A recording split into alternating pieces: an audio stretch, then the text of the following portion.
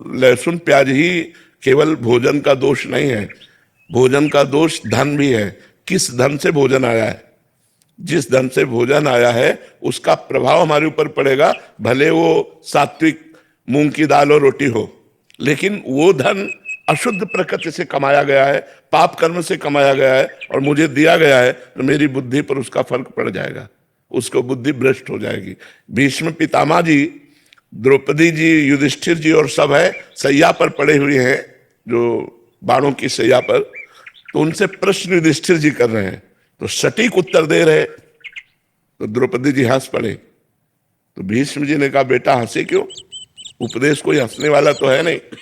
तो उनका इसलिए हंस रहे कि बहुत ज्ञान की बातें कर रहे हो इस समय, और उस समय ये ज्ञान तुम्हारा कहाँ गया था जब सभा में मुझे निर्वस्त्र किया जा रहा था और मैं चीख चीख के कह रही थी क्या ये धर्म है, तो आप जैसे धर्मात्मा पुरुष की बोलती बंद थी, क्यों नहीं बोले उस समय, और इस समय आप बोले हो।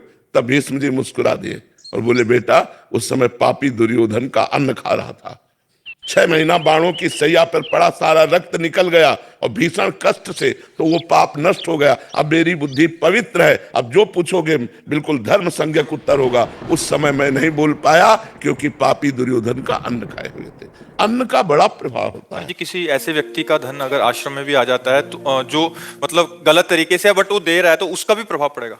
हम तो मतलब इतना तक महापुरुषों से सुने हुए हैं कि एक बार एक संतों की मंडली ग्राम से निकली, तो एक धनी मानी ने निमंत्रण दिया, सब संतों ने प्रसाद पाया और सुबह एक दूसरे की तरफ देखते हुए कहा कि आज तो हमारा संयम नष्ट हो गया।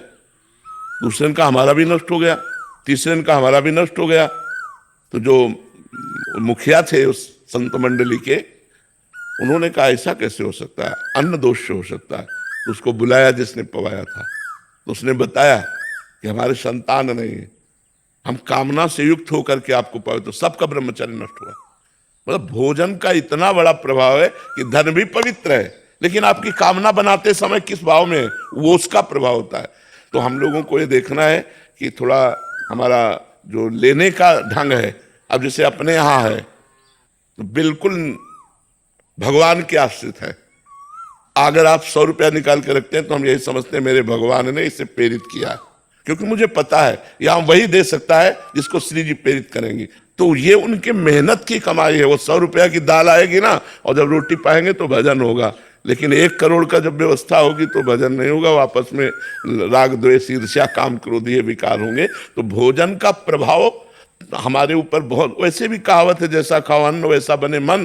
तो अन्न कहाँ से खरीदा गया, किस पैसे से लाया गया, किस भावना से बनाया गया, उसका भी प्रभाव पड़ता है। इसलिए हम कहते हैं कि ज्यादा बाजार की चीजें भजन करने वालों को बनी बनाई नहीं पाना चाहिए, क्योंकि वो बनी बनाई तो अच्छी दिखाई दे रहे हैं, लेकिन बनाते समय उसकी प्रक्रिया शुद्धि अशुद्धि, और वो लघुशंका करके बिना हाथ धोए बना रहा है, उसकी शुद्धि अशुद्धि, उसके भाव, वो सब प्रभाव भोजन में पड़ता है। वैसे ही हमारी प्रकृति स्वभाव बन जाता है जैसा भोजन होता है। तो हमें 2 जगह देखना चाहिए, यदि हमारा आंतरिक भजन रुके, किसी वैष्णव का अपराध या भोजन, भोजन शुद्ध और समस्त वैष्णव के प्रति नमन बुद्धि, तो खूब भजन रट के होगा।